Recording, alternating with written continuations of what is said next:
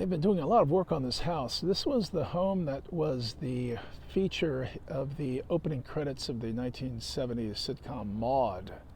The house has been renovated several times since then, so it doesn't even look like the house in the TV show anymore. Looks like they're doing some landscaping. They're going to be putting in some trees. There are some vestiges of that time. You can see it here in the sidewalk. The sidewalk hasn't changed one bit.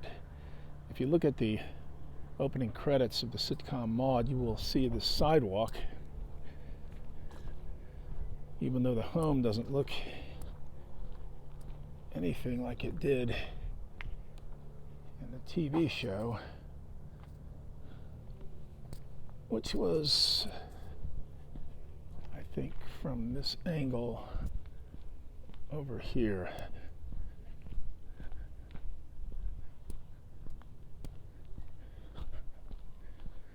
I need to get a gimbal for this iPhone.